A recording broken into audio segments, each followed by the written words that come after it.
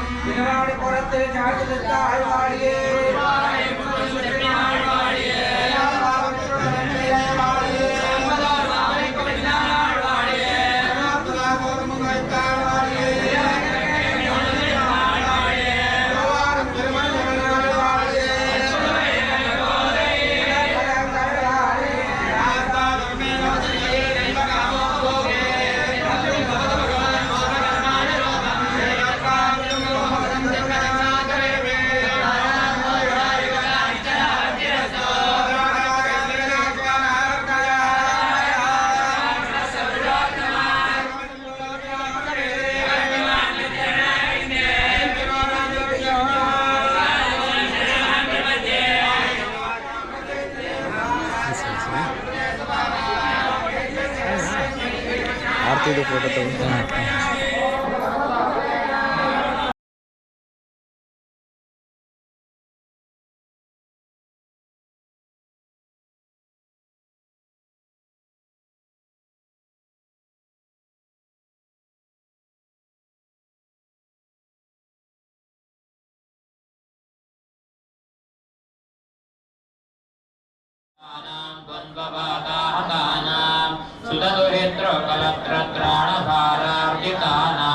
विषमविषयतो ये मज्जतामप्लवानां भवतु शरणमेको विष्णुपोतो नराणां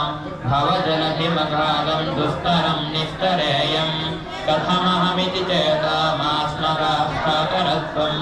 सरसिजदृशिदेवे तावकी भक्तिरेका नरकविधिनिषन्नादारयिष्यत्यवश्यं तृष्णातो ये मदनपवनो भूतमोहोर्विमाले धारावर्ते तनयसहजग्राहसङ्घाकुले च संसाराख्ये महति जलधो मज्जतां न स्त्रिदामन् पादाम्भोजे वरद भवतो भक्तिनामं प्रयच्छ माद्राक्षं क्षीणपुण्यान् क्षणमपि भवतो भक्तिहीनान् पदाब्जे माश्रौषं श्राव्यभन्तं तव चरितमुपास्यान्यदाख्यान जातम्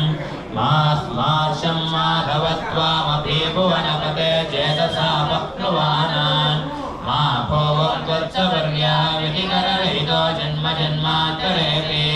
जिह्वे गीतय केशवं मुररिपुं चेतो भज श्रीधरम्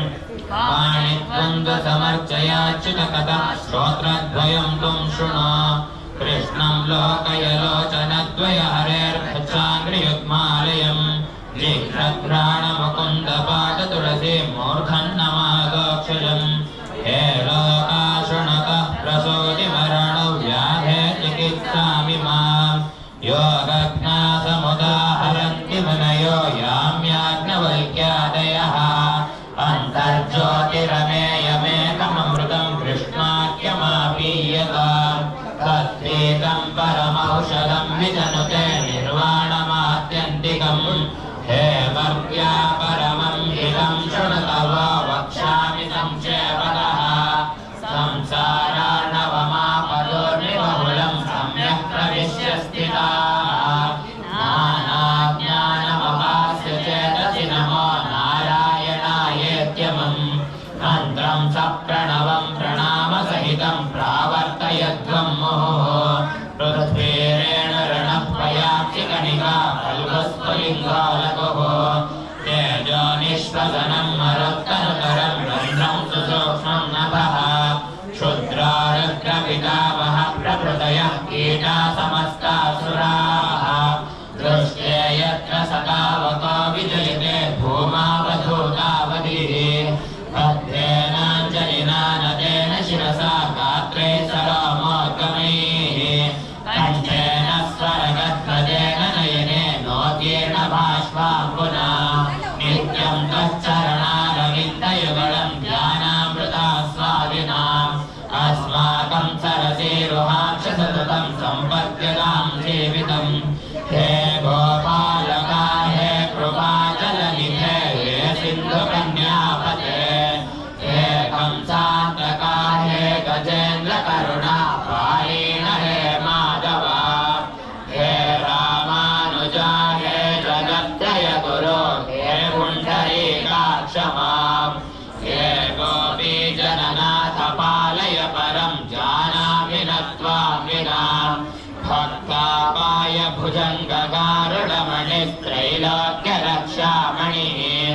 गोपीलोचनचातकाम्बुधमणिः सौन्दर्यमुद्रामणिः यः कान्तामणिरुक्मिणी घनकुचद्वन्द्वैकभूषामणिः श्रेयो देवशिखामणिर्दिशतु न गोपालचूडामणिः शत्रुश्चैकमन्त्रं सकलमुपनिषद्वाक्यसम्पोज्यमन्त्रं संसारोत्तारमन्त्रं बहुपठिततमः सङ्गनिर्याणमन्त्रं सर्वैश्वर्यैकमन्त्रं व्यसनभुजगसन्दष्टसन्त्राणमन्त्रं जिह्वे श्रीकृष्णमन्त्रं जप जप सततं जन्मसाफल्यमन्त्रं व्यामोहप्रशमौषधं मुनिमनोरुद्धिप्रभृत्यौषधं दैत्येन्द्रादिकरौषधं त्रिभुवने सञ्जीवनैकौषधं भक्ताद्यन्तहितौषधं भवभयप्रध्वंसनैकौषधं श्रेयप्राप्तिकरौषधं शिवमनः श्रीकृष्णदिव्यौषधम् आम्नायाभ्यसनान्यरण्यरुदितं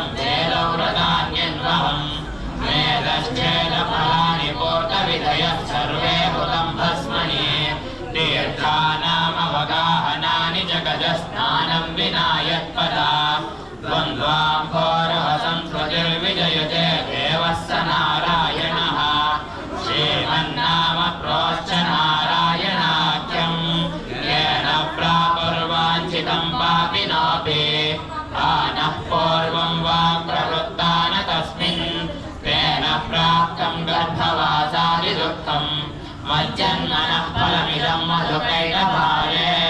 मत्प्रार्थनीयमदनुग्रहदेश एव त्वत्भृत्य भृत्यपरिचारक भृत्य भृत्यस्य भृत्य इति मा स्मरलोकनाथ नाचेन पुरुषोत्तमे त्रिजगतामेकाधिपे चेतसा ये स्वस्य पदस्य दातरिसुरे नारायणे तिष्ठति यं कञ्चित् पुरुषागमं कलिमयग्रामेशमल्पार्थदम् सेवायै मृगयामहे नरमहो मूढावराका वयम् मदनपरिहरस्थितिं मदीये मनसि मुकुन्दपदारविन्दधाम्नि अरनयनकृशानुना कृशोऽसि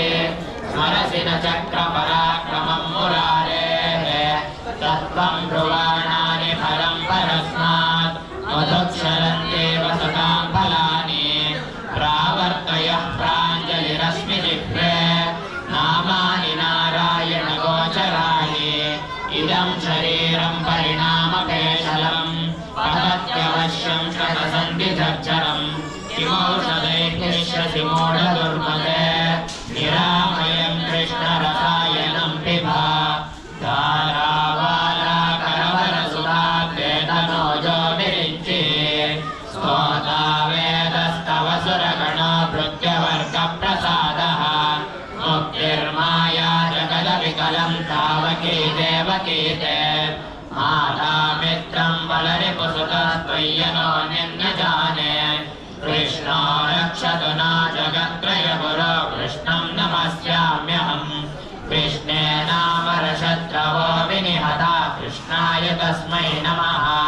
कृष्णादेव समुत्थितं जगदिदं कृष्णस्य दासोऽस्म्यहम् कृष्णे तिष्ठति सर्वमेतदखिलं हे कृष्ण रक्षस्व मां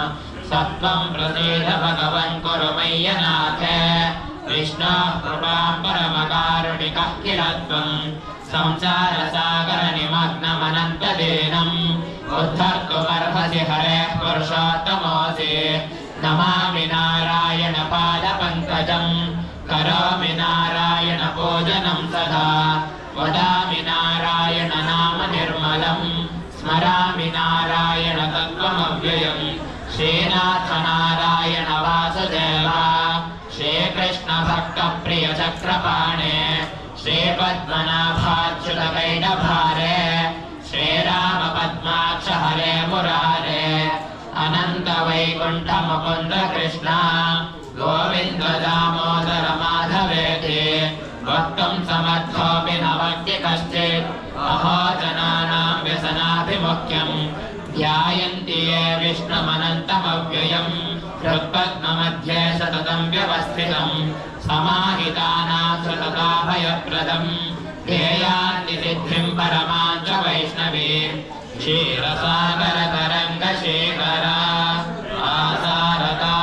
आसारतारकितचारुमूर्तये भोगि भोगशयनीय शायिने माधवाय मधुविद्विषे नमः यस्य प्रियो श्रुतिकरो कविलो कवीरो विद्येर्विजन्मवरपद्मशरावभूता तेनां कुजाक्षचरणां कुजषट्पदेन